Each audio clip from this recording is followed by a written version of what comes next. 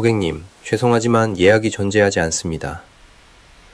선생님, 혹시 이게 뭔지 아세요? 저는 떨리는 손으로 서류를 교장 선생님 책상 위에 내려놓았습니다.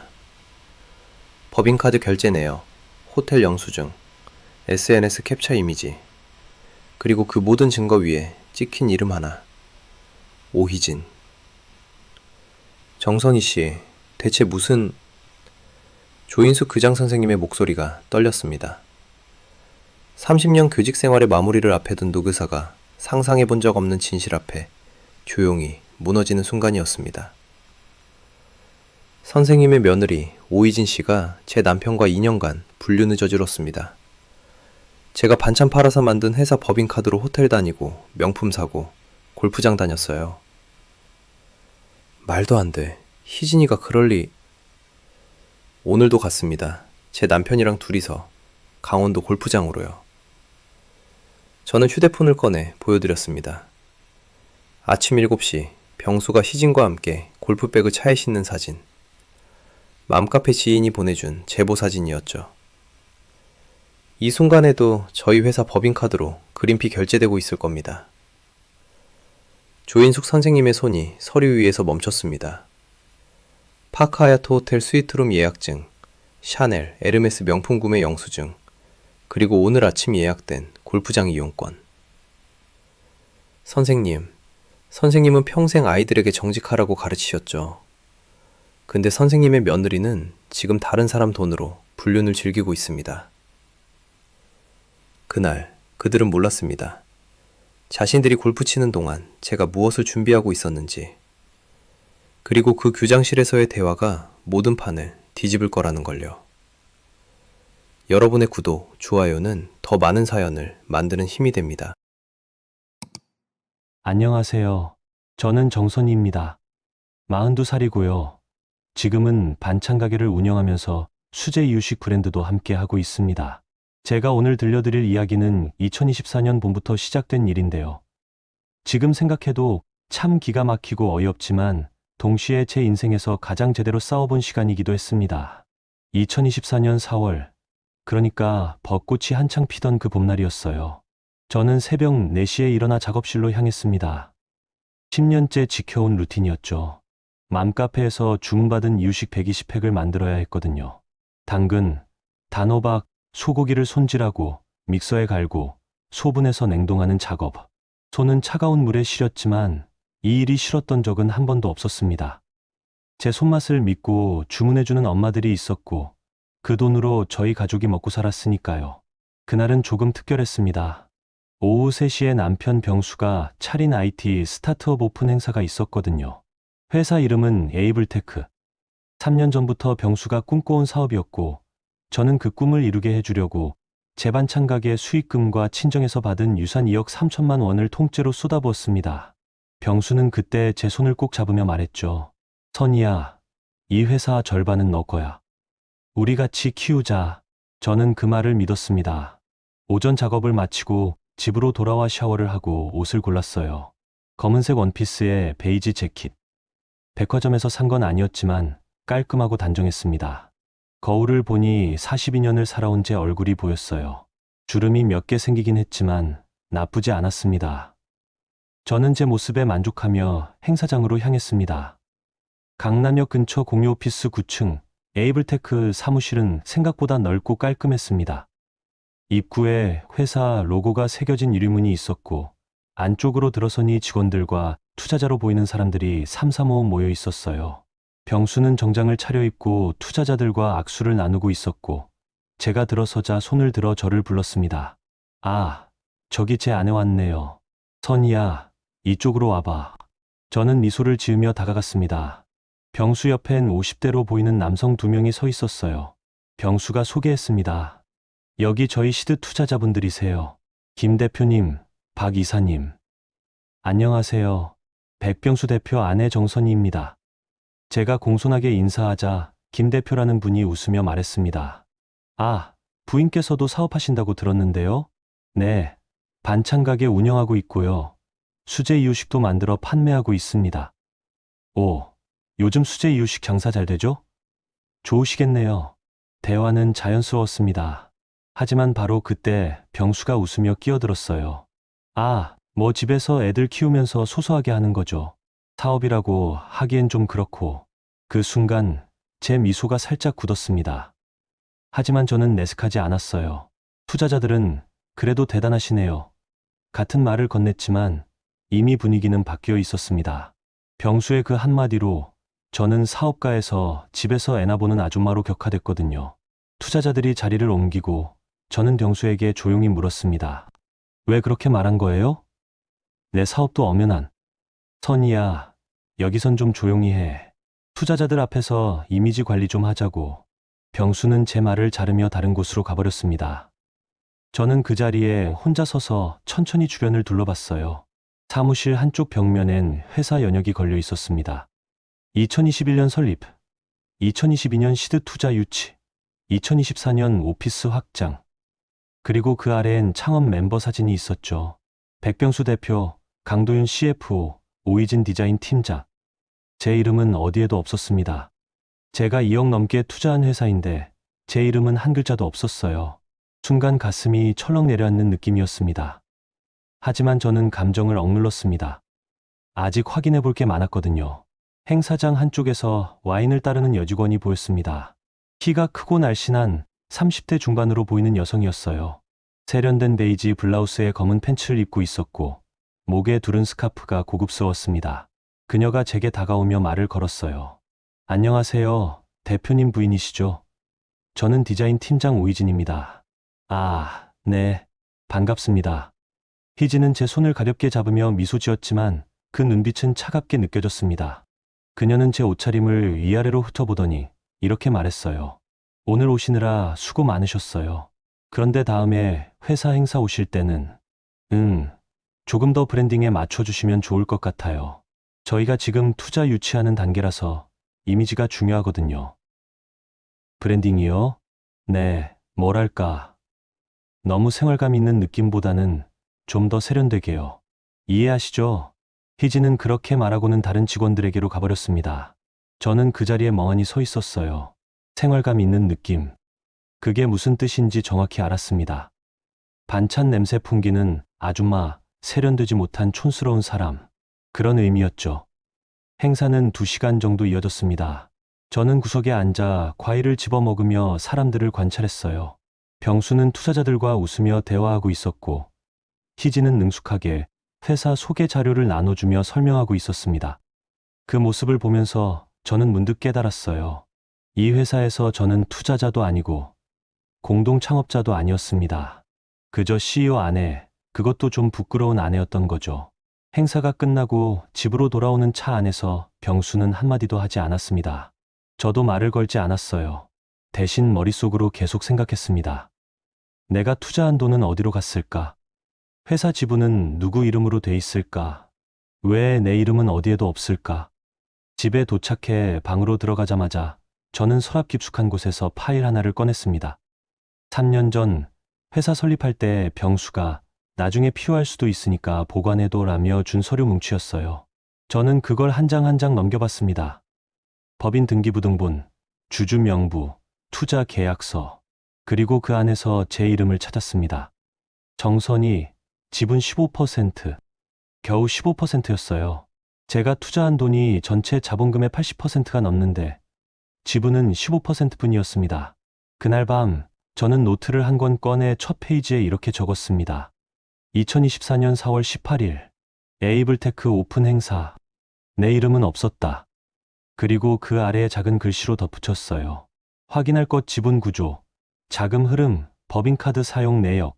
저는 울지 않았습니다. 화를 내지도 않았어요. 그저 차갑게 정확하게 기록했습니다. 왜냐하면 그때 이미 알았거든요. 이건 감정으로 풀 문제가 아니라 증거로 싸워야 할 문제라는 거요. 새벽 4시 다시 알람이 울렸습니다. 저는 일어나 작업실로 향했어요. 도마 위에 당근을 올려놓고 칼을 들었을 때 그 칼날이 유난히 차갑게 느껴졌습니다. 10년간 이 칼로 수만 개의 채소를 썰었지만 그날은 뭔가 달랐어요. 마치 이 칼이 채소가 아니라 다른 무언가를 베어내야 한다고 속삭이는 것 같았습니다. 톡, 톡, 톡. 칼 소리가 새벽 작업실에 울려 퍼졌습니다. 그 소리를 들으며 저는 생각했어요. 이제 시작이야. 정선이, 네가 무너지든 그들이 무너지든. 오픈 행사 이후로 저는 조금씩 변했습니다. 겉으로는 똑같았어요. 여전히 새벽에 일어나 이유식을 만들고 반찬 가게 문을 열고 저녁엔 병수 밥상을 차렸습니다. 하지만 속으로는 계속 기록하고 있었어요. 병수의 귀가 시간, 회사 관련 대화, 휴대폰을 보는 빈도. 사소한 것들이었지만 그게 쌓이면 패턴이 되더라고요. 2024년 6월 중순, 장마가 시작되던 어느 목요일 오후였습니다. 저는 반찬 가게에서 주문받은 김치찌개를 포장하고 있었어요. 그때 휴대폰에서 알림음이 울렸습니다. 카드 결제 알림이었죠. 에이블테크 법인카드, 파크 하얏트 호텔 스위트룸, 148만 원 결제. 처음엔 잘못 온 알림인 줄 알았어요. 그런데 제 이름으로 된 법인카드 부가 결제 알림이었습니다. 148만 원짜리 호텔방. 저는 손을 멈추고 화면을 다시 확인했습니다. 분명했어요. 에이블테크 법인카드, 제 이름이 부계좌로 연결된 그 카드로 결제된 거였습니다. 창업할 때 병수가 회사 경비 처리 편하게 하려고 부부 공동 명의로 하자며 만든 카드였죠. 저는 재빨리 카드 앱을 열어 최근 내역을 확인했습니다. 지난 한 달간의 결제 내역이 주르륵 떴어요. 그리고 그 안에서 이상한 패턴을 발견했습니다. 매주 목요일 저녁 5성급 호텔 결제, 파크 하얏트, 신라 호텔, 포시즌스. 한 번에 100만 원이 넘는 금액들이었어요. 투자자 접대라고 하기엔 너무 규칙적이었습니다. 그날 저녁 병수는 평소보다 늦게 들어왔습니다. 밤 11시쯤이었을 거예요. 저는 거실 소파에 앉아 TV를 보는 척하며 기다리고 있었습니다. 병수가 현관문을 열고 들어서자 저는 최대한 자연스럽게 물었어요. 회사 일 힘들어요? 요즘 늦게 들어오시네. 응. 투자 유치건 때문에 미팅이 많아서. 피곤하네. 병수는 그렇게 대답하고는 바로 방으로 들어가려 했습니다. 저는 숨을 한 번 크게 들이쉬고 조심스럽게 말을 꺼냈어요. 저기, 오늘 카드 알림이 왔더라고요. 호텔 결제요. 파크 하얏트에서 148만 원. 병수의 발걸음이 잠깐 멈췄습니다. 그리고 돌아서더니 짜증 섞인 표정으로 말했어요. 그게 뭐 어때서? 투자자 미팅이면 호텔도 쓰고 그러는 거지. 사업 해본 적도 없으면서 참견하지 마. 아니, 참견이 아니라 법인카드 부계좌가 제 이름으로 돼 있어서 알림이 오잖아요. 그래서 물어본 건데. 선이야. 병수가 제 이름을 불렀습니다. 목소리가 한층 낮아져 있었어요. 너 지금 나 의심하는 거야? 내가 회사 키운다고 얼마나 고생하는데 고작 호텔비 몇 번 썼다고 뭐라는 거야? 집에서 애나 보고 이유식이나 만들면 되지. 회사 일까지 간섭하려고? 그 말에 저는 할 말을 잃었습니다. 집에서 애나 보고 두 번째로 듣는 그 말이었어요. 오픈 행사 때 투자자 앞에서 했던 그 말과 똑같았습니다. 병수는 더 이상 대화할 생각이 없다는 듯 방문을 닫아버렸고 저는 거실에 혼자 남았습니다. 그날 밤 저는 잠들지 못했습니다. 휴대폰을 켜서 카드 내역을 또다시 확인했어요. 148만 원짜리 호텔방이 한두 번이 아니었습니다. 지난 3개월간만 해도 7번이었어요. 그리고 호텔 결제 사이사이에 명품 브랜드 결제도 보였습니다. 샤넬, 에르메스, 루이비통. 한 번에 300만 원, 400만 원씩. 다음 날 아침 저는 맘카페 동업자인 나기현 언니에게 전화를 걸었습니다. 기현 언니는 저보다 4살 위였고 배송관리와 정산을 담당하고 있었어요. 똑 부러지고 현실적인 분이라 이런 일을 상담하기에 딱 좋았습니다. 언니, 저 좀 봐주실 수 있어요? 급한 일이 있어서요. 그래, 오후에 창고로 와. 내가 커피 사줄게. 오후 3시 저는 맘카페 배송 창고로 기현 언니를 찾아갔습니다. 창고 한쪽 작은 사무실에서 저는 휴대폰을 꺼내 카드 내역을 보여드렸어요. 언니는 화면을 보더니 한숨을 길게 내쉬었습니다. 선이야, 이거 투자자 접대 아니야. 이건 뭔가 다른 거야. 저도 그렇게 생각해요. 근데 어떻게 확인하죠? 일단 회사 회계 쪽에 물어봐야지. 법인카드면 결제 라인이 있을 거 아냐. CFO한테 물어봐. 저는 고개를 끄덕였습니다. 강도윤 CFO, 병수의 대학 선배이자 회사 재무를 총괄하는 사람이었어요. 저는 그에게 전화를 걸었습니다. 전화는 3번 울린 뒤 연결됐습니다. 강도윤의 목소리가 들려왔어요. 아, 사모님. 무슨 일이세요? 저기, 도윤 씨. 법인카드 결제 내역 좀 확인하고 싶은데 어떻게 해야 하나요? 법인카드요? 왜요? 제 이름으로 된 부계좌에서 알림이 자꾸 와서요. 호텔이나 명품 브랜드 결제가 좀 많더라고요. 회사 경비가 맞는지 확인하고 싶어서요. 전화 너머로 잠깐 침묵이 흘렀습니다. 그리고 강도윤이 조심스럽게 말했어요. 사모님, 그건 대표님 결제 사항이라서 제가 함부로 공개할 수가 없어요. 회사 내부 정보라서요. 내부 정보요? 제 이름으로 된 카드인데요. 그래도 법인 업무니까 대표님께 직접 여쭤보시는 게 맞을 것 같아요. 죄송합니다. 전화가 끊겼습니다. 저는 휴대폰을 내려다보며 기현 언니를 바라봤어요. 언니는 팔짱을 끼고 생각에 잠긴 표정이었습니다. 선이야, 이거 뭔가 숨기는 게 있어. CFO가 사모님한테 서류도 안 보여준다는 게 말이 돼. 그러니까요. 근데 저는 어떻게 해야 할지 모르겠어요. 일단 증거부터 모아. 카드 알림 캡처하고 결제 내역 전부 저장해둬. 그리고 혹시 회사 서버 접근 권한 있어? 없어요. 처음부터 안 줬어요. 기현 언니는 고개를 저으며 한숨을 쉬었습니다. 남편이 너무한다. 내 돈으로 차린 회사인데 이게 뭐야? 그날 저녁 저는 집으로 돌아와 노트북을 켰습니다.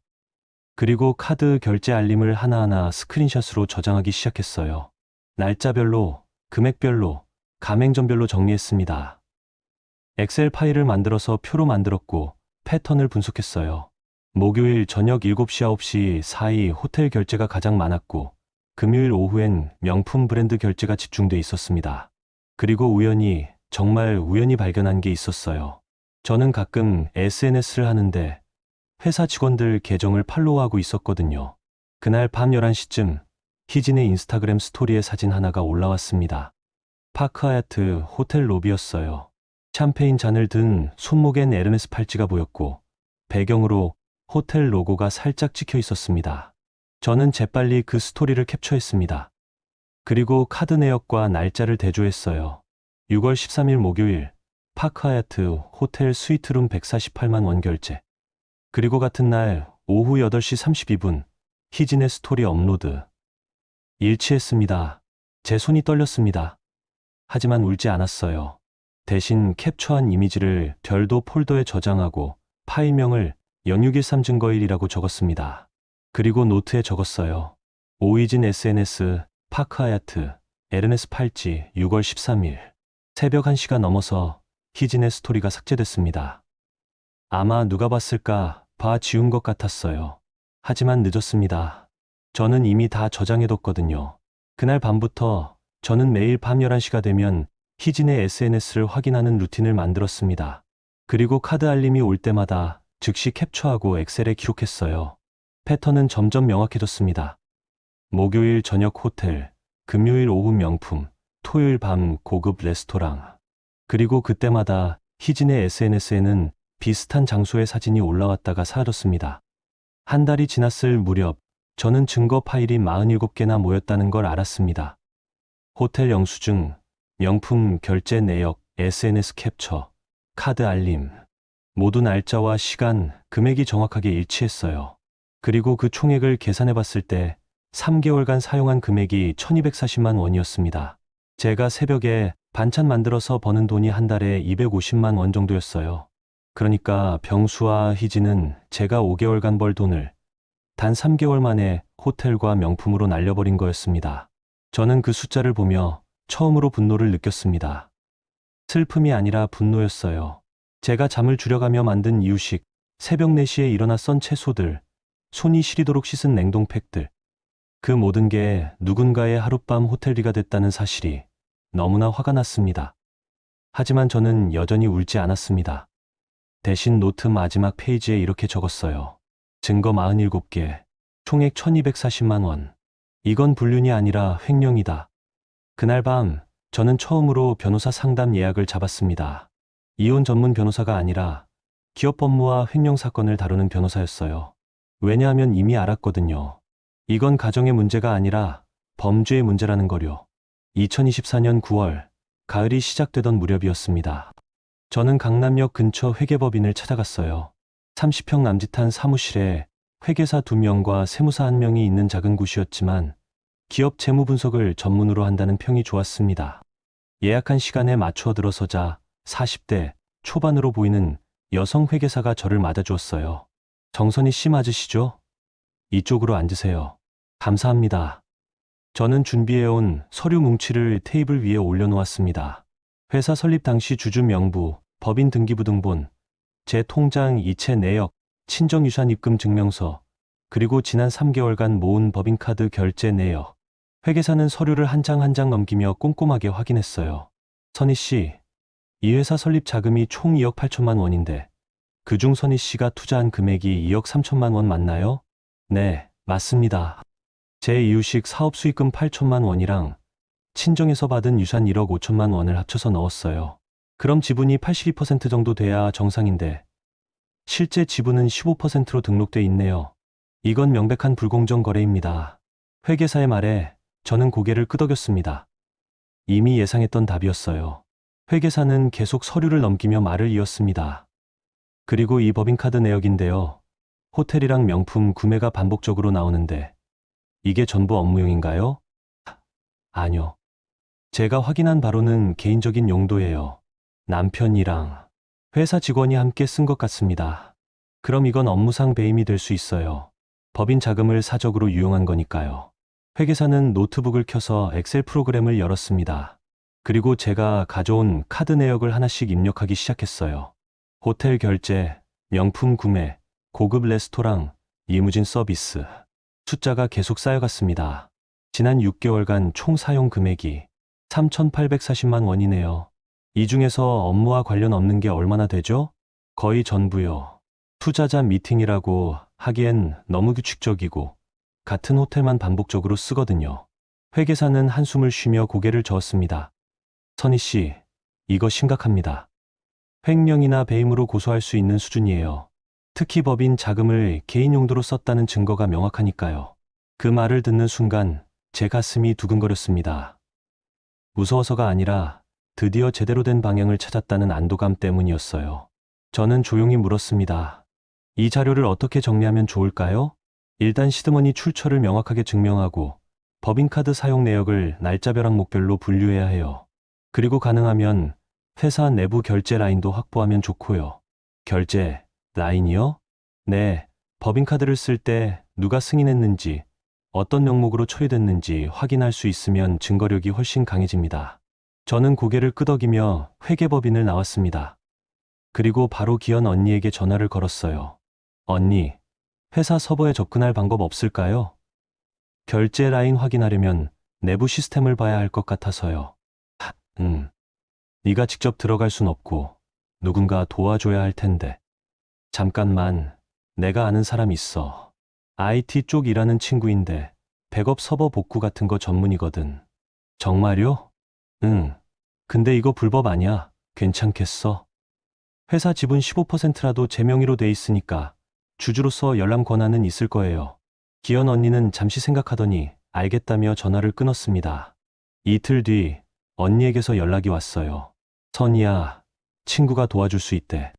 근데 조건이 있어. 회사 서버 주소랑 계정 정보 줄 수 있어? 제 계정은 없는데 혹시 다른 방법 없을까요? 백업 서버에 접근하면 돼.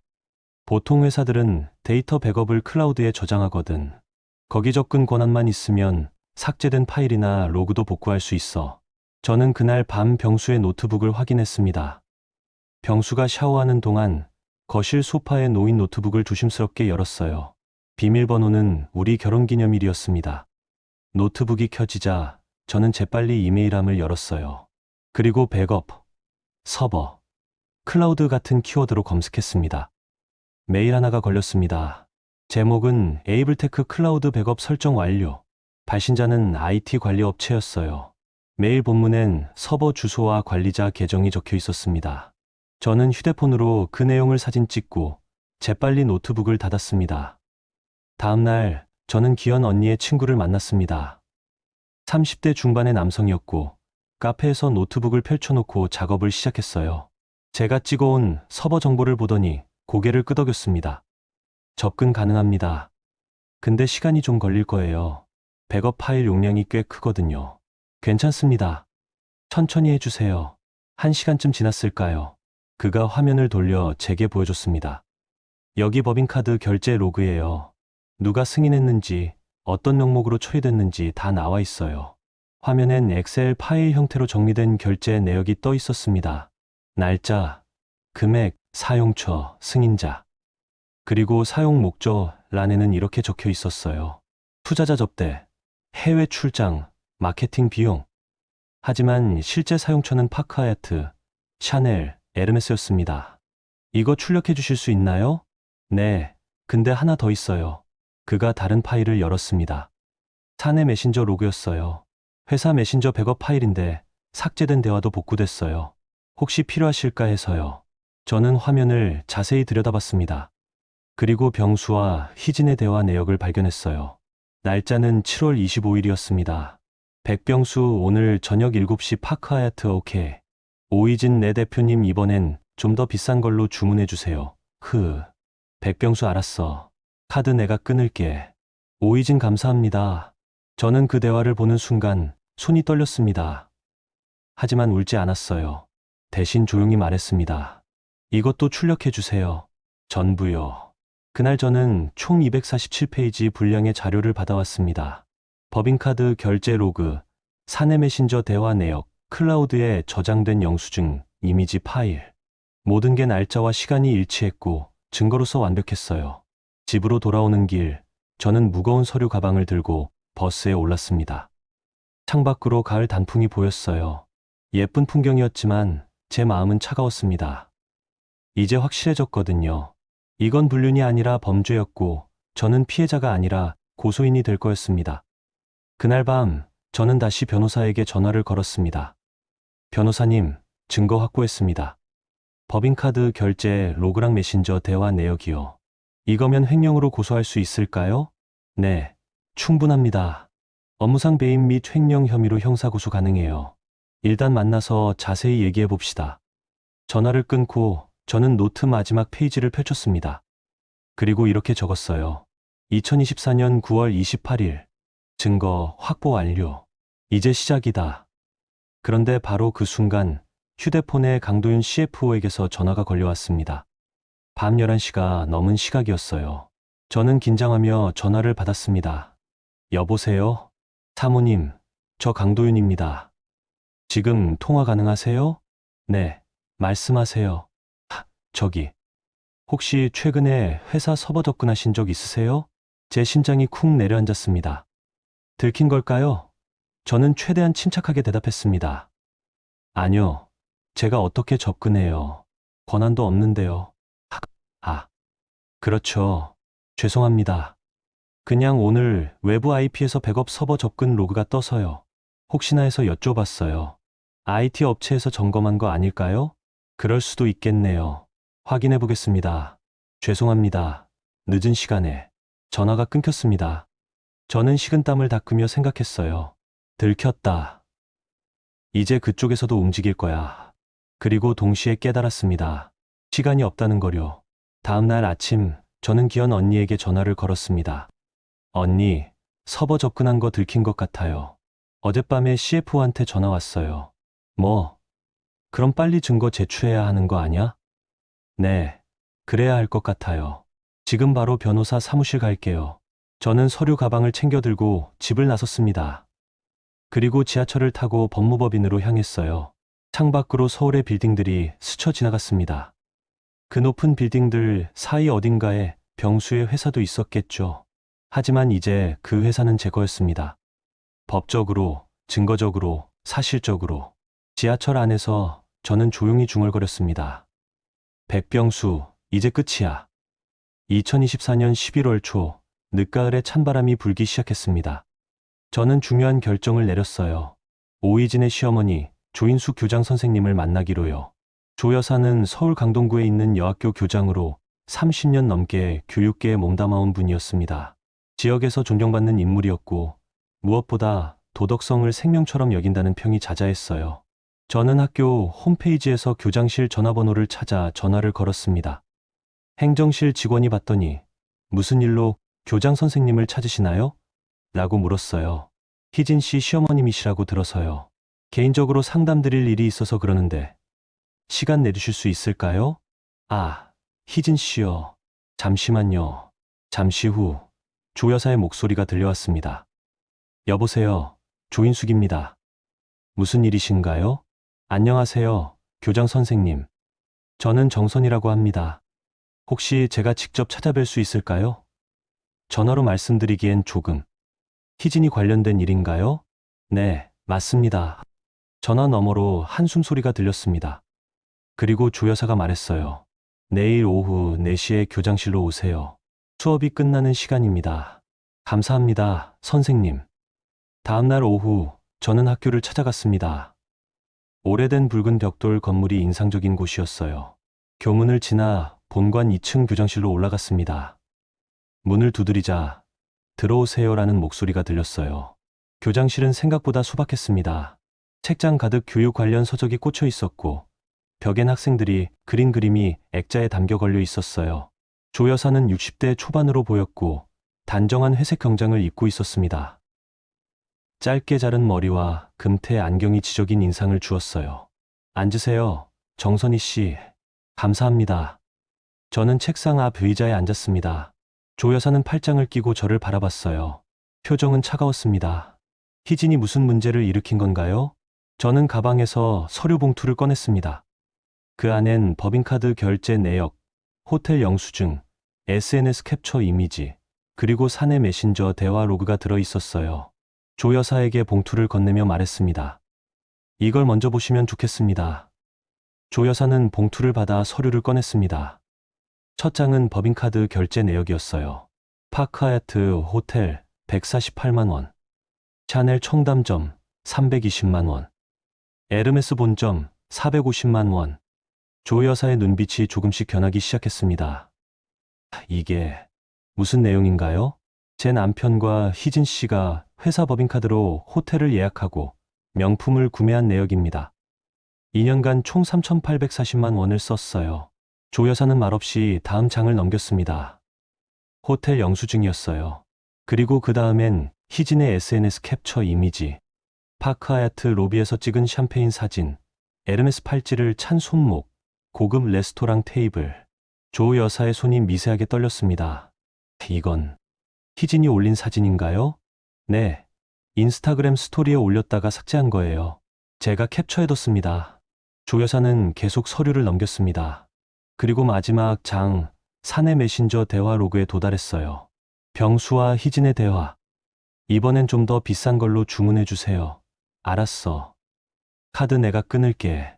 조 여사는 서류를 내려놓고 안경을 벗었습니다. 그리고 두 손으로 얼굴을 감쌌어요. 긴 침묵이 흘렀습니다. 저는 아무 말 하지 않고 기다렸어요. 한참 후 조 여사가 입을 열었습니다. 정선희 씨, 혹시 이걸로 저한테 뭘 바라시는 건가요? 가정사를 학교로 가져오신 이유가 뭔가요? 선생님, 이건 가정사가 아닙니다. 범죄예요. 범죄라뇨? 제가 투자한 돈으로 만든 회사의 공금을 사적으로 유용한 겁니다. 업무상 횡령이에요. 그리고 희진 씨는 그 사실을 알면서도 함께 썼고요. 조 여사는 고개를 저었습니다. 저는 믿고 싶지 않습니다. 희진이가 그럴 리 없어요. 선생님, 증거가 여기 다 있잖아요. 증거라는 게 조작될 수도 있는 거 아닙니까? 당신이 이혼하려고 만든 거 아니에요? 그 말에 저는 잠시 숨을 멈췄습니다. 조 여사가 희진을 믿고 싶어 한다는 걸 알았어요. 당연했습니다. 며느리니까요. 하지만 저는 포기할 수 없었습니다. 선생님, 제가 30년간 교직에 계시면서 학생들에게 가르친 게 뭔가요? 정직과 도덕입니다. 맞습니다. 그런데 선생님의 며느리가 그 정직과 도덕을 무너뜨리고 있어요. 남의 돈으로 명품 사고, 호텔 다니면서 학교에선 선생님이라는 이름으로 아이들을 가르치고 있습니다. 이게 맞나요? 조 여사는 대답하지 못했습니다. 저는 가방에서 마지막 자료를 꺼냈어요. 희진이 최근에 남편에게 보낸 메시지였습니다.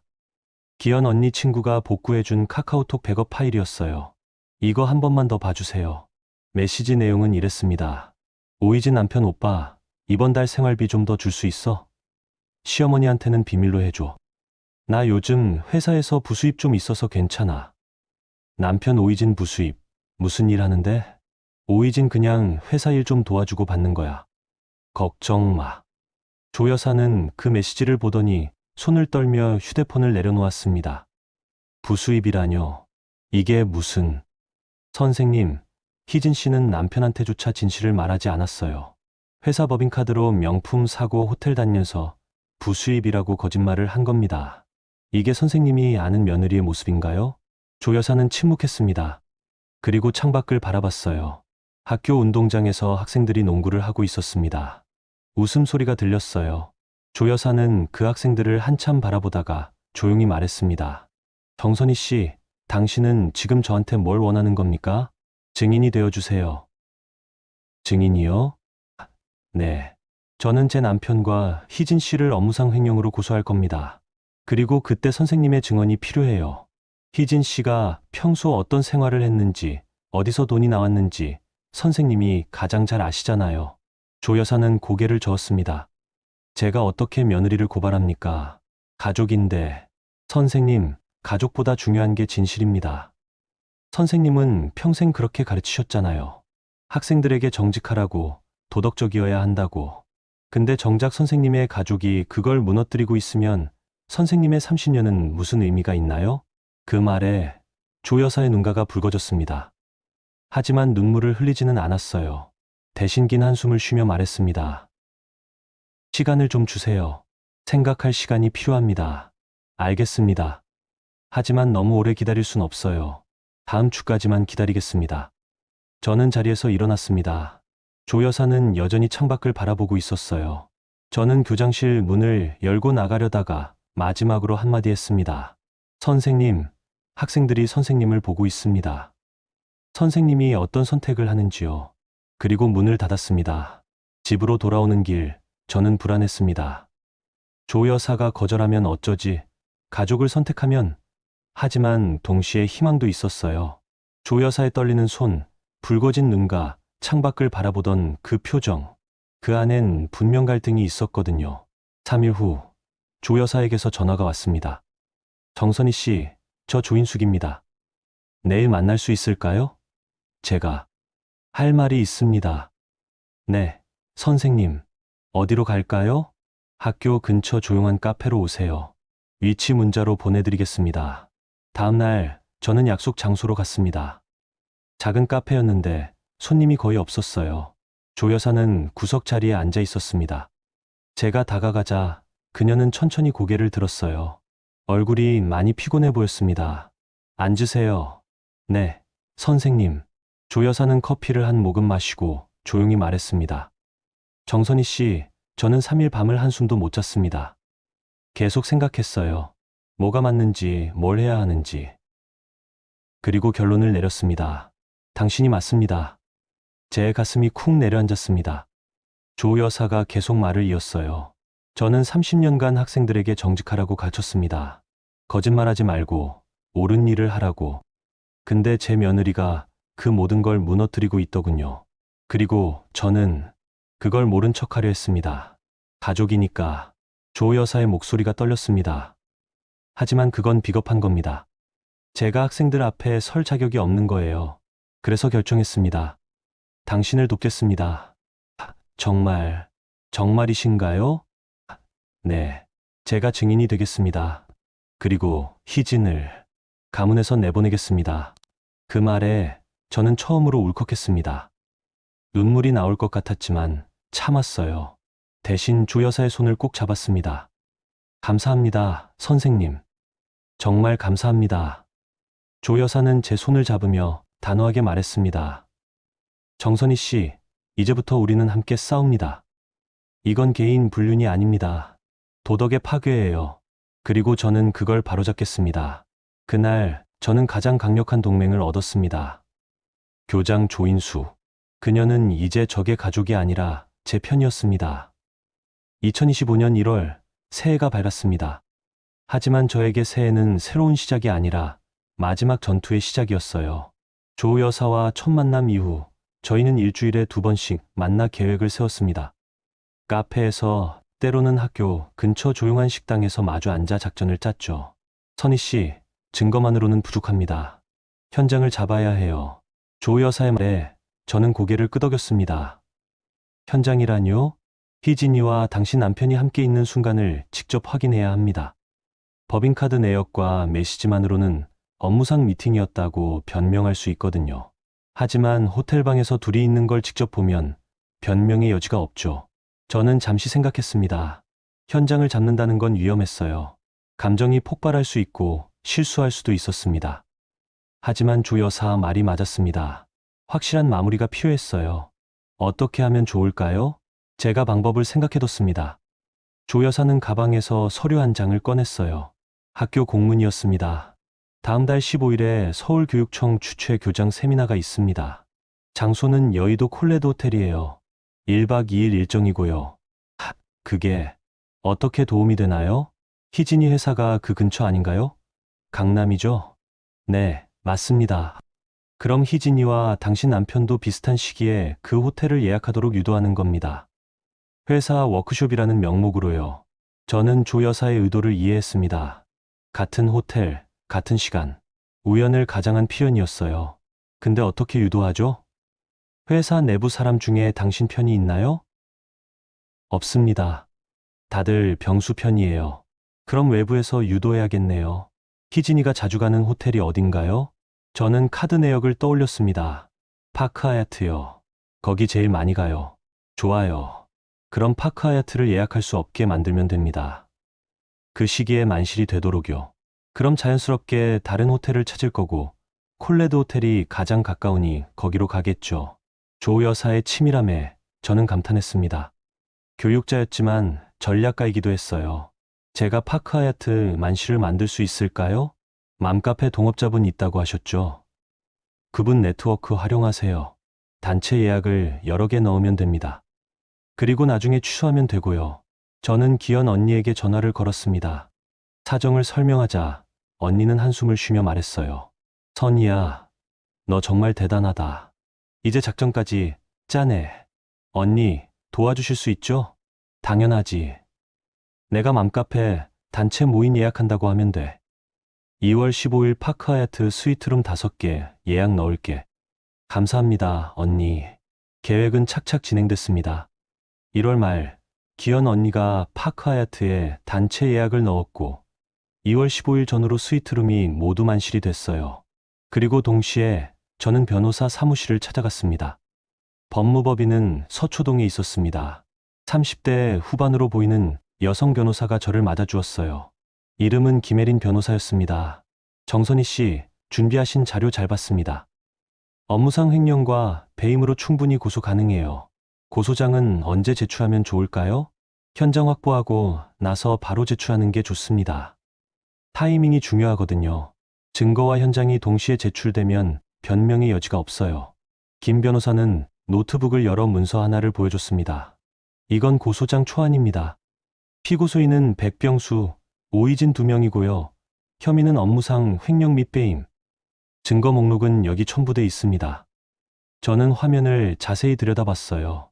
법인카드 결제 내역, 사내 메신저 로그, SNS 캡처, 호텔 영수증. 모든 게 날짜와 시간 순으로 정리돼 있었습니다. 그리고 이건 별도로 준비한 건데요. 김 변호사가 다른 문서를 꺼냈습니다. 회사 지분 반환 요구서입니다. 선희 씨가 투자한 금액 기준으로 지분을 82%로 재조정하고 대표이사직도 선희 씨로 변경하라는 내용이에요. 이것도 함께 제출하나요? 네. 형사 고소와 민사 소송을 동시에 진행하는 겁니다. 그래야 상대방이 도망칠 구멍이 없어요. 저는 고개를 끄덕이며 서류를 받았습니다. 무거웠어요. 물리적으로도 무거웠지만 의미적으로도 무거웠습니다.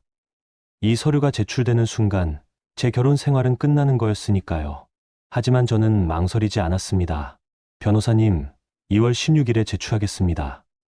알겠습니다. 준비해두겠습니다.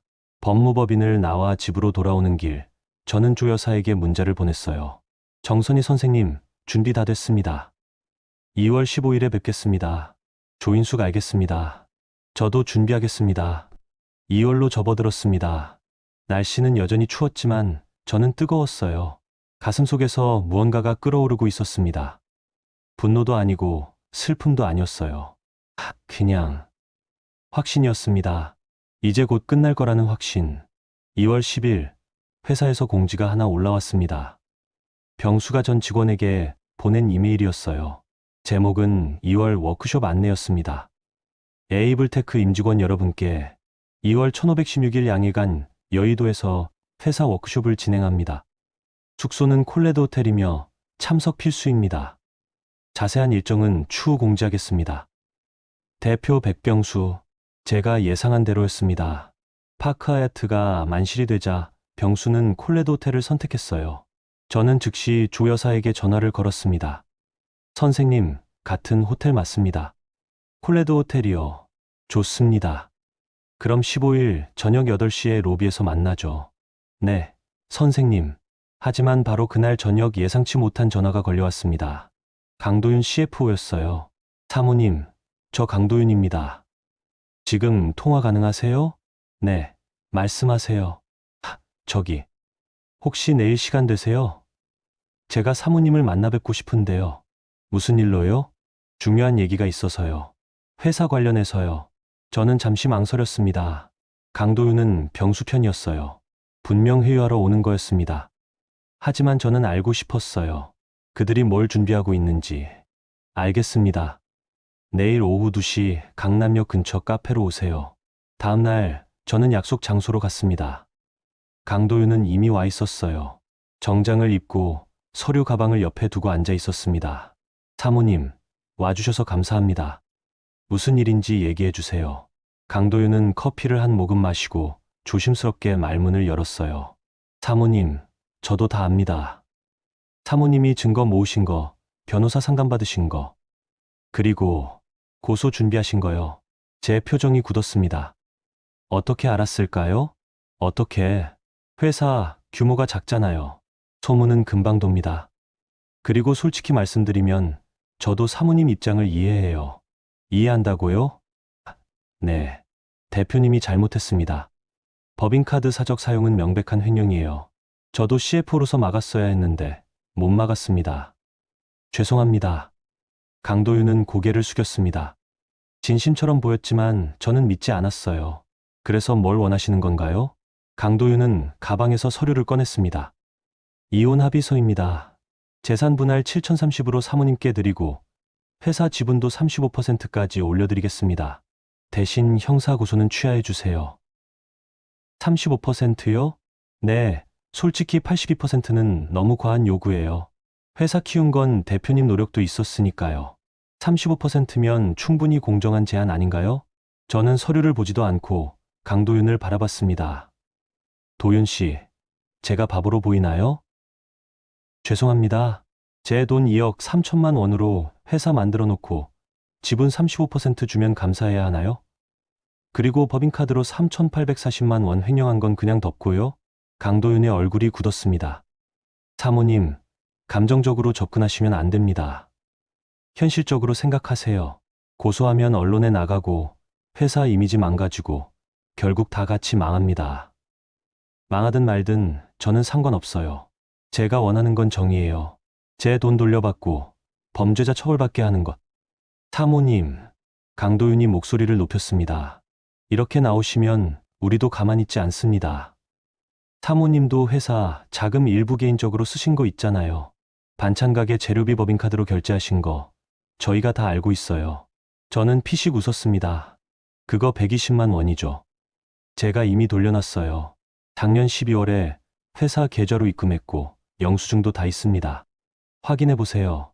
강도윤은 할 말을 잃었습니다. 저는 자리에서 일어났어요. 도윤 씨, 2월 16일에 고소장 제출합니다. 피고소인은 백병수, 오이진, 그리고 당신이요. CFO로서 횡령을 묵인하고 방조했으니까요. 저까지요? 네. 결제 라인에 당신 서명 있잖아요. 공범입니다. 저는 카페를 나섰습니다. 뒤에서 강도윤이 뭔가 외치는 소리가 들렸지만 돌아보지 않았어요. 이제 2월 15일만 기다리면 됐습니다. 그날 밤 저는 노트 마지막 페이지를 펼쳤습니다. 그리고 이렇게 적었어요. 2025년 2월 14일. 내일 모든 게 끝난다. 2025년 2월 15일. 그날은 유난히 날씨가 맑았습니다. 하늘은 푸르고 햇살은 따뜻했어요. 하지만 제 마음은 차가웠습니다. 얼음처럼 차갑고 칼날처럼 날카로웠죠. 오후 7시 저는 여의도 콜레드 호텔 로비에 도착했습니다. 회색 코트를 입고 머리를 단정하게 묶었어요. 가방 안엔 증거 서류, 녹음기, 그리고 변호사가 준비해준 고소장 사본이 들어 있었습니다. 로비 안쪽 소파에 조 여사가 앉아 계셨어요. 검은색 정장을 입고 단정한 모습이었습니다. 제가 다가가자 조 여사는 고개를 들어 저를 바라봤어요. 왔군요. 선희 씨. 네, 선생님. 준비되셨나요? 물론입니다. 30년 교직 생활 중 가장 중요한 날이에요. 제대로 해야죠. 조 여사는 가방에서 휴대폰을 꺼냈습니다. 그리고 화면을 보여주셨어요. 희진과의 문자 대화였습니다. 조인숙 희진아, 너 오늘 어디 있니? 오희진 어머님, 저 회사 워크숍 왔어요. 콜레드 호텔이요. 조인숙 그래? 나도 마침 교장 세미나로 거기 왔다. 방 번호가 어떻게 되니? 오희진 네. 저희는 1508호예요. 근데 지금 회의 중이라 나중에 뵐게요. 조 여사는 화면을 끄며 말했습니다. 1508호입니다. 15층이네요. 확인됐네요. 저희는 엘리베이터를 타고 15층으로 올라갔습니다. 복도는 조용했어요. 고급 호텔 특유의 카펫이 깔려 있었고 은은한 조명이 복도를 밝히고 있었습니다. 1508호는 복도 끝에 있었어요. 조 여사는 저를 보며 물었습니다. 어떻게 할까요? 그냥 문 두드릴까요? 아니요. 그러면 안 열어줄 수도 있어요. 룸서비스인 척하는 게 좋을 것 같아요. 저희는 복도 한쪽에 있던 룸서비스 카트를 가져왔습니다. 빈 카트였지만 멀리서 보면 진짜처럼 보였어요. 저는 카트를 밀며 1508호 앞에 섰습니다. 조 여사는 제 옆에 서서 문을 바라봤어요. 심장이 빠르게 뛰었습니다. 이 문 너머에 제 남편이 있고 그와 함께 있는 여자가 있다는 게 믿기지 않았어요. 하지만 저는 망설이지 않았습니다. 초인종을 눌렀습니다. 딩동. 잠시 후 문 안에서 소리가 들렸습니다. 누구세요? 희진의 목소리였어요. 저는 최대한 밝은 목소리로 대답했습니다. 룸서비스입니다. 저희 주문 안 했는데요. 호텔 측에서 제공하는 무료 디저트입니다. 잠시만 문 열어주세요. 잠시 침묵이 흘렀습니다. 그리고 문골이 돌아가는 소리가 들렸어요. 문이 천천히 열렸습니다. 그 순간 시간이 멈춘 것 같았습니다. 문 너머로 희진이 보였어요. 하얀 가운을 걸치고 머리는 젖어 있었습니다. 샤워를 한 직후인 것 같았어요. 그리고 그 뒤로 병수가 보였습니다. 역시 가운 차림이었고 침대 모서리에 앉아 있었어요. 희진의 얼굴이 하얗게 질렸습니다. 어머님? 희진아. 조 여사의 목소리는 차가웠습니다. 감정이 전혀 실리지 않은 얼음 같은 목소리였어요. 나와라. 어머님, 이건 오해예요. 우리 회의하고 있었고 회의를 가운 입고 하니? 조 여사가 한 걸음 앞으로 나섰습니다. 희진은 뒤로 물러났어요. 그리고 병수가 벌떡 일어나며 외쳤습니다. 선이야, 너 어떻게 여기를? 저는 병수를 바라봤습니다. 10년을 함께 산 남자. 제가 새벽에 반찬 만들고 이유식 팔아서 먹여 살린 남자. 그 남자가 지금 다른 여자와 가운을 입고 호텔방에 있었습니다. 어떻게 왔냐고요? 당연히 왔죠. 제 남편이 제 돈으로 만든 회사 법인카드로 호텔에서 다른 여자랑 놀고 있는데 안 올 수가 있나요? 저는 가방에서 서류 뭉치를 꺼냈습니다. 법인카드 결제 내역, 호텔 영수증, 메신저 대화 로그. 그리고 그걸 바닥에 던졌어요. 서류들이 바닥에 흩어졌습니다. 2년간 3,840만 원. 제가 잠 줄여가며 번 돈으로 당신들 호텔비 냈네요. 참 잘하셨어요. 병수는 서류를 내려다 봤습니다. 그리고 변명을 시작했어요. 선이야, 이건 정말 오해야. 우리 회의하고 있었고 방이 하나밖에 없어서. 회의요? 조 여사가 끼어들었습니다. 회의를 2년간 매주 목요일마다 같은 호텔에서 하니? 그것도 스위트룸에서. 백병수 씨, 당신 정말 뻔뻔하군요. 교장 선생님, 이건 제 가정사입니다. 상관 마세요. 가정사? 조 여사의 목소리가 높아졌습니다. 내 며느리가 남의 남편이랑 불륜을 저지르는데 그게 내 가정사가 아니고 뭐냐? 그리고 이건 불륜만의 문제가 아니야. 횡령이고 범죄야. 조 여사는 희진을 돌아봤습니다. 오희진. 네, 어머님. 네가 가르치는 아이들 볼 면목이 있니? 그 말에 희진의 얼굴이 일그러졌습니다. 어머님, 저는 사랑했어요. 죄송하지만 저는 대표님을 진심으로. 사랑? 조 여사가 비웃듯 말했습니다. 사랑을 법인카드로 사니, 사랑을 명품으로 계산하니, 네가 받은 샤넬백, 에르메스 팔찌, 루이비통 가방, 전부 다른 사람 돈이야. 남의 아내가 새벽에 반찬 만들어서 번 돈으로 너는 명품을 샀어. 희진은 대답하지 못했습니다. 대신 병수가 다시 변명을 시작했어요. 그건 제가 회사 돈을 좀 썼지만 나중에 다 갚으려고 했어요. 일시적으로요? 저는 다시 가방에서 서류를 꺼냈습니다. 2년간 147건. 일시적인 게 147번이나 반복되나요? 그리고 이거 보세요. 당신이 희진 씨한테 보낸 메시지. 다음엔 더 비싼 걸로. 이게 일시적인 실수예요? 저는 서류를 병수 얼굴에 던졌습니다. 병수는 서류를 피하지 못하고 맞았어요. 선이야, 진정해. 우리 이야기 좀 해보자고. 이야기요? 좋아요. 그럼 이것부터 설명해 주시죠. 제가 2억 3천만 원 투자한 회사인데 왜 제 지분은 15%밖에 안 되죠? 예, 제 이름은 어디에도 없죠? 그건 투자자들한테 보여주기 위해서. 거짓말. 제 목소리가 높아졌습니다. 당신은 처음부터 계획했어요. 제 돈으로 회사 차려놓고 제 이름은 지워버리고 그 회사 돈으로 다른 여자랑 놀 생각이었죠. 병수는 할 말을 잃었습니다. 그리고 그 순간 희진이 갑자기 병수에게 소리쳤어요. 대표님, 법인카드 결제한 건 당신이잖아요. 저는 그냥 받은 것뿐이에요. 병수가 희진을 돌아봤습니다. 너 지금 뭐라는 거야? 사실이잖아요. 제가 명품 사달라고 한 적 없어요. 당신이 먼저 사준 거잖아요. 이 여자가 지금. 병수와 희진이 서로 소리를 지르기 시작했습니다. 같은 편이었던 두 사람이 이제는 서로를 물어뜯고 있었어요. 저는 그 모습을 조용히 바라봤습니다. 조 여사가 저에게 속삭였어요. 선희 씨, 이제 됐어요. CCTV에 다 찍혔을 겁니다. 나가죠. 저는 고개를 끄덕이고 복도로 나왔습니다. 문을 닫기 전에 마지막으로 병수를 바라봤어요. 백병수, 2월 16일에 고소장 제출됩니다. 업무상 횡령 및 배임. 감옥 갈 준비하세요. 그리고 문을 닫았습니다. 복도는 조용했습니다. 천장에 달린 CCTV가 저희를 찍고 있었어요. 저는 CCTV를 올려다보며 조용히 미소 지었습니다. 모든 게 녹화됐습니다. 가운 입은 병수, 샤워한 희진, 그들의 변명, 서로 물어뜯는 모습. 증거로서 완벽했어요.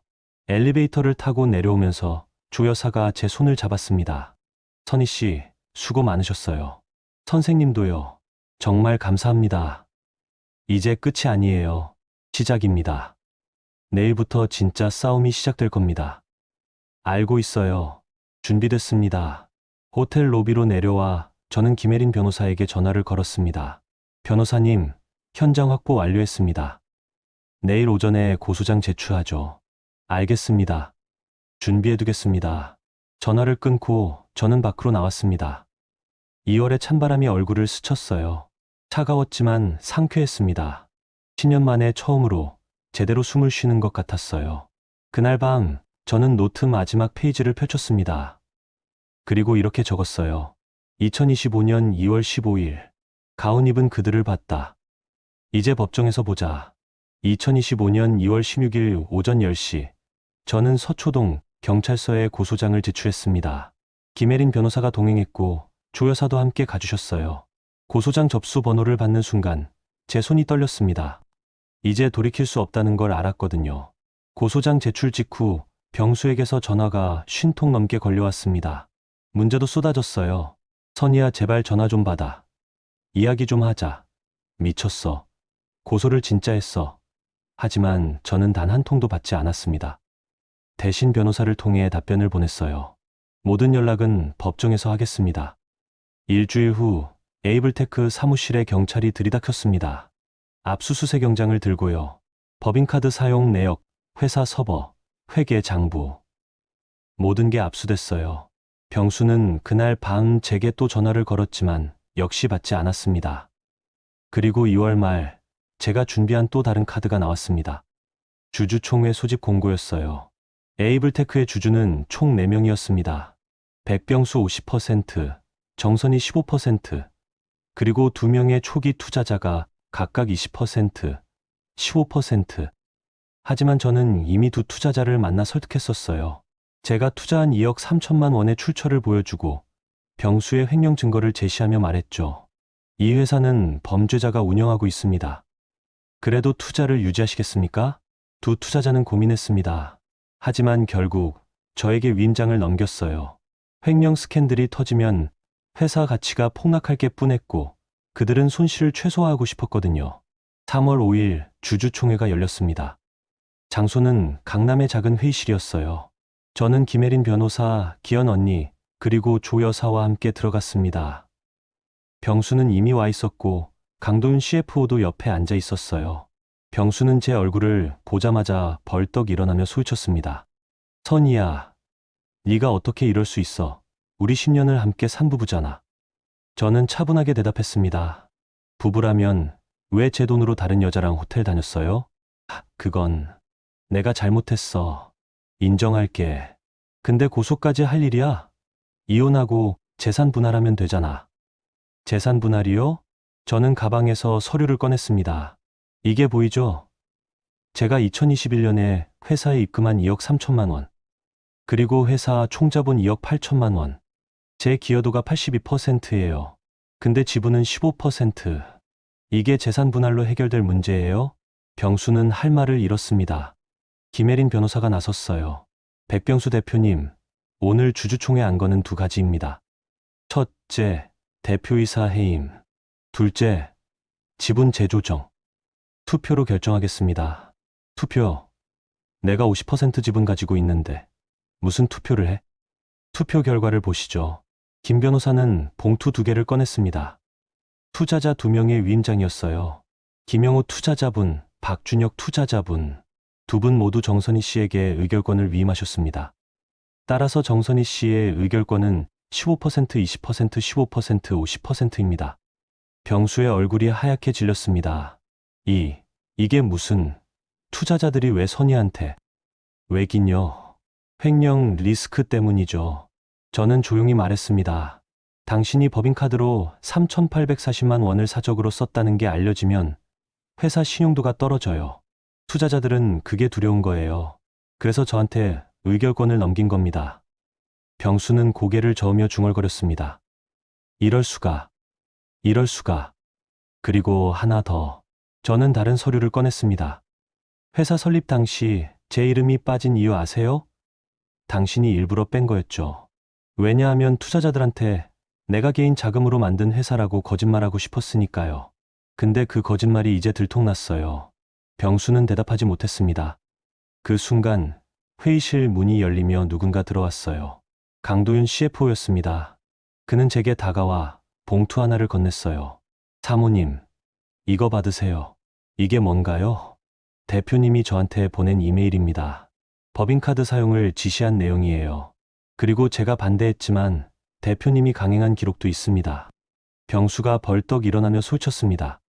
도윤아, 너 지금 뭐 하는 거야? 대표님, 죄송합니다. 하지만 저도 살아야죠. 이대로 가면 저도 공범으로 엮여요. 저는 그냥 시키는 대로 한 것뿐입니다. 강도윤은 그렇게 말하고 자리에 앉았습니다. 병수는 배신감에 몸을 떨었어요. 이 새끼가 내가 너 대학 선배로서 얼마나 챙겨줬는데. 선배님, 제가 챙겨받은 건 월급이에요. 횡령에 가담하라는 지시는 받은 적 없습니다. 회의실이 얼어붙었습니다. 저는 강도윤이 건넨 봉투를 열어봤어요. 이메일 프린트 10장이 들어있었습니다. 병수가 희진에게 명품을 사주라고 지시한 내용, 호텔 예약을 법인카드로 하라는 내용, 그리고 강도윤이 이건 횡령입니다 라고 경고했지만 병수가 내가 대표인데 내가 알아서 한다고 답한 내용, 완벽한 증거였습니다. 저는 병수를 바라봤습니다. 백병수, 이제 인정하세요. 당신이 횡령했고 회사를 사유화했다는 거려. 병수는 더 이상 변명하지 못했습니다. 대신 주저앉으며 고개를 떨구었어요. 김혜린 변호사가 말했습니다. 그럼 투표 진행하겠습니다. 백병수 대표이사 해임 안건. 찬성하시는 분? 저는 손을 들었습니다. 그리고 위임받은 투자자 2명의 목까지 총 50% 찬성이었어요. 반대하시는 분? 병수는 손도 들지 못했습니다. 그냥 고개만 숙이고 있었어요. 찬성 50%, 반대 50%. 가부동수입니다. 의장 결정권으로. 잠깐만요. 조 여사가 일어났습니다. 저는 주주는 아니지만 증인으로서 한 말씀 드리겠습니다. 백병수 대표는 이 회사를 운영할 자격이 없습니다. 법인카드를 사적으로 사용했고 정선희 씨의 투자금을 가로챘으며 무엇보다 도덕성이 결여됐습니다. 조 여사는 서류를 꺼냈습니다. 저는 학교 운영위원회, 지역교육청, 그리고 학부모 대표 30명의 서명을 받았습니다. 백병수 대표와 오이진 팀장의 불륜 및 횡령 사실을 증언하겠다는 서명이에요. 이게 언론에 나가면 회사는 끝입니다. 병수는 고개를 들어 조 여사를 바라봤습니다. 교장 선생님, 왜 이러세요? 이건 제 개인 문제인데 개인 문제가 아닙니다. 공공의 도덕 문제예요. 그리고 저는 30년간 교육자로서 옳지 못한 일은 바로잡아야 한다고 믿습니다. 병수는 더 이상 버티지 못했습니다. 그는 손을 들어 항복의 표시를 했어요. 알았어. 대표직 내려놓을게. 그리고 지분도. 제가 말했습니다. 당신 지분 50% 제게 양도하세요. 그러면 형사 고소 취하해드릴게요. 뭐, 감옥 갈래요? 아니면 지분 포기할래요? 선택하세요. 병수는 한참을 고민했습니다. 하지만 결국 고개를 끄덕였어요. 지분 양도할게. 좋아요. 그럼 지금 여기서 계약서 쓰세요. 김혜린 변호사가 미리 준비한 계약서를 꺼냈습니다. 병수는 떨리는 손으로 서명했어요. 그리고 그 순간 저는 에이블테크의 65% 지분을 가진 대주주가 됐습니다. 회의실을 나서면서 병수가 제게 마지막으로 말했습니다. 선희야, 너 이렇게까지 해야 했어? 저는 돌아보지 않고 대답했습니다. 당신이 먼저 했잖아요. 제 이름 지우고 제 돈 쓰고 다른 여자랑 놀면서. 이제 끝났어요. 백병수. 다시는 제 앞에 나타나지 마세요. 그리고 회의실을 나왔습니다. 2025년 3월 중순 봄이 다시 왔습니다. 작년 이맘때쯤 병수의 오픈 행사에서 모욕당했던 그때와 똑같은 계절이었어요. 하지만 이번엔 달랐습니다. 저는 더 이상 반찬 냄새 풍기는 아줌마가 아니었거든요. 병수는 결국 지분 50%를 제게 양도했고 대표이사직에서 물러났습니다. 형사고소는 조건부로 취하했어요. 병수가 회사를 완전히 떠나고 5년간 관련 업계 종사 금지 서약을 하는 조건이었죠. 병수는 서명했습니다. 감옥보다는 나았으니까요. 3월 20일 저는 에이블테크 대표실에 처음으로 들어갔습니다. 병수가 쓰던 책상, 의자, 컴퓨터 모든 게 그대로 있었어요. 책상 위엔 병수의 명함꽂이가 놓여 있었습니다. 백병수, 대표이사. 저는 그 명함을 하나 집어들었어요. 찍고 싶었습니다. 하지만 그러지 않았어요. 대신 서랍을 여러 회수함에 조용히 넣었습니다. 품위를 지키는 게 더 큰 복수라는 걸 알았거든요. 직원들을 회의실에 모았습니다. 총 12명이었어요. 모두 불안한 표정이었습니다. 회사가 망하는 건 아닐까, 자기들도 잘리는 건 아닐까 걱정하는 눈빛이었죠. 저는 앞에 서서 말했습니다. 안녕하세요. 새로 대표이사가 된 정선희입니다. 많이 놀라셨죠? 직원들은 대답하지 못했습니다. 저는 계속 말을 이었어요. 저는 여러분을 자르지 않을 겁니다. 회사도 망하지 않을 거고요. 대신 몇 가지 바뀔 겁니다. 화이트보드에 매직으로 써 내려갔습니다. 첫째, 법인카드 사용은 모두 투명하게 공개됩니다. 둘째, 회계감사를 분기마다 진행합니다. 셋째, 윤리 규정을 새로 만듭니다. 회사 돈은 회사 일에만 씁니다. 직원들이 고개를 끄덕였습니다. 그리고 한 직원이 손을 들었어요. 개발팀 막내였습니다. 대표님, 그럼 오이진 팀장은 어떻게 되나요? 오늘부로 해고됐습니다. 횡령 방조 및 업무 태만으로요. 알겠습니다. 회의를 마치고 저는 대표실로 돌아왔습니다. 창밖으로 강남의 빌딩들이 보였어요. 병수가 매일 이 풍경을 봤겠죠. 성공한 CEO라고 착각하면서요. 하지만 이제 이 자리는 제 거였습니다. 그날 오후 조 여사에게서 전화가 왔습니다. 선희 씨, 희진을 가문에서 제명했어요. 정말이세요? 네. 오늘 아침에 가족회의를 했습니다. 시아버지, 남편, 그리고 희진 본인도 참석했어요. 만장일치로 제명 결정했습니다. 조 여사의 목소리는 차분했지만 슬픔이 묻어났어요. 희진은 아무 말도 하지 못했어요. 그냥 고개만 숙이고 있었죠. 제가 30년간 며느리로 받아들였던 사람인데 결국 이렇게 끝나네요. 선생님, 괜찮으세요? 괜찮아요. 슬프지만 옳은 일을 했다고 생각해요. 그리고 선희 씨, 제가 다음 달에 은퇴합니다. 네? 갑자기요? 네. 원래 올해 말까지 할 예정이었는데 앞당기기로 했어요. 이 일로 학교에 누를 끼치고 싶지 않아서요. 선생님, 괜찮아요. 저는 30년간 떳떳하게 살았고 마지막까지 도덕성을 지켰어요. 그걸로 충분합니다. 전화를 끊고 저는 잠시 생각에 잠겼습니다. 조 여사는 며느리를 잃었고 일찍 은퇴하게 됐어요. 하지만 후회하지 않았습니다. 옳은 일을 했으니까요. 저도 마찬가지였습니다. 10년간의 결혼 생활이 끝났고 남편을 잃었어요. 하지만 후회하지 않았습니다. 제 권리를 찾았으니까요. 4월부터 저는 본격적으로 회사 개혁에 나섰습니다. 첫 번째 프로젝트는 제 이유식 브랜드와 에이블테크의 결합이었어요. 에이블테크의 IT 기술을 활용해 이유식 구독 서비스를 만드는 거였죠. 선희 대표님, 이유식 구독 서비스요? 시장성이 있을까요? 개발팀장이 물었습니다. 저는 자신 있게 대답했어요. 있어요. 제가 10년간 맘카페에서 이유식 팔면서 배운 게 있거든요. 엄마들은 편리함을 원해요. 매주 정해진 시간에 신선한 이유식이 배달되고 아이 원령에 맞춰 메뉴가 자동으로 바뀌는 서비스. 이거 만들 수 있죠? 가능합니다. 앱 개발하고 정기 배송 시스템 구축하면 돼요. 좋아요. 그럼 바로 시작하죠. 5월, 저는 HACCP 인증을 받은 공장을 계약했습니다. 기존에 제가 쓰던 작업실은 너무 작았거든요. 이제는 하루 1000팩 이상 생산할 수 있는 시설이 필요했어요. 6월, 이유식 구독 서비스 맘스키친이 정식 런칭됐습니다. 첫 달 가입자는 230명이었어요. 생각보다 적었지만 저는 실망하지 않았습니다. 입소문이 나려면 시간이 필요하니까요. 7월, 가입자가 600명으로 늘었습니다. 8월엔 1200명, 9월엔 2500명. 입소문이 퍼지기 시작했어요. 정선희 대표가 직접 만든 레시피, HACCP 인증받은 안전한 이유식, 매주 다른 메뉴로 배달. 엄마들 사이에서 화제가 됐습니다. 10월, 저는 에이블테크 전 직원과 함께 공장 견학을 갔습니다. 직원들은 처음으로 제가 어떤 일을 해왔는지 봤어요. 새벽 4시에 일어나 재료를 손질하고 믹서로 갈고 소분하는 과정. 그걸 보고 한 직원이 말했습니다. 대표님, 정말 대단하세요. 이걸 10년간 하셨다니. 대단한 게 아니에요. 그냥 제 일이었으니까요. 11월, 회사 매출이 안정화됐습니다. 이유식 구독 서비스가 월 3억 원의 매출을 올렸고 기존 IT 사업도 꾸준히 성장했어요. 투자자들도 안심했습니다. 정선희 대표가 더 잘하네라는 평이 돌았어요. 12월, 연말 결산을 마쳤습니다. 올해 순이익은 4억 2천만 원이었어요.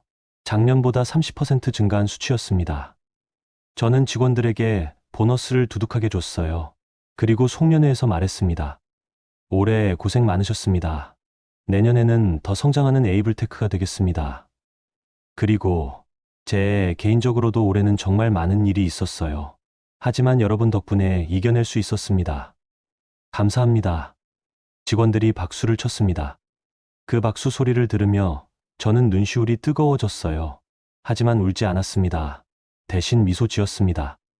2025년 겨울 지금 저는 에이블테크 대표실에 앉아 이 이야기를 회상하고 있습니다. 창밖으로 눈이 내려요. 하얀 눈송이가 빌딩 유리창에 부딪혀 녹아내립니다. 병수는 어떻게 됐냐고요? 들은 바로는 지방의 작은 회사에 취직했대요. 평사원으로요. 제가 알바는 아니지만 가끔 생각은 납니다. 그가 조금만 정직했더라면, 조금만 제게 감사했더라면 우리 결혼 생활도 달라졌을까요? 희진은 학교에서 해고됐고 교육계를 완전히 떠났어요. SNS도 전부 비공개로 돌렸고 소식이 끊겼습니다. 조 여사는 은퇴 후 지역 봉사활동을 하고 계셔요. 가끔 저랑 만나서 차를 마시는데 여전히 단정하고 품이 있으세요. 그분 덕분에 제가 여기까지 올 수 있었죠. 기현 언니는 맘스키친의 공동대표가 됐어요. 배송과 정산을 총괄하면서 저를 든든하게 지원해주고 계십니다. 그리고 정선이는 더 이상 누군가의 아내가 아닙니다. 에이블테크 대표이자 맘스키친 창업자예요. 새벽 4시에 일어나는 건 여전하지만 이제는 누군가의 체면을 바치기 위해서가 아니에요. 제 이름을 만들기 위해서입니다. 그날부터 제 손맛은 누군가의 체면을 바치는 노동이 아니라 제 이름이 됐습니다. 정선이표 이유식, 정선이 대표, 정선이라는 사람. 제가 10년간 반찬을 만들고 이유식을 팔면서 배운 게 있어요. 손맛은 거짓말을 하지 않는다는 거요. 정직하게 만들면 사람들이 알아봐요. 그리고 그 정직함은 결국 제 것이 된다는 거요. 여러분, 저는 오늘도 새벽 4시에 일어납니다. 하지만 이제는 웃으며 일어나요. 제 일이니까요. 제 회사니까요. 제 인생이니까요. 그래서 저는 행복합니다.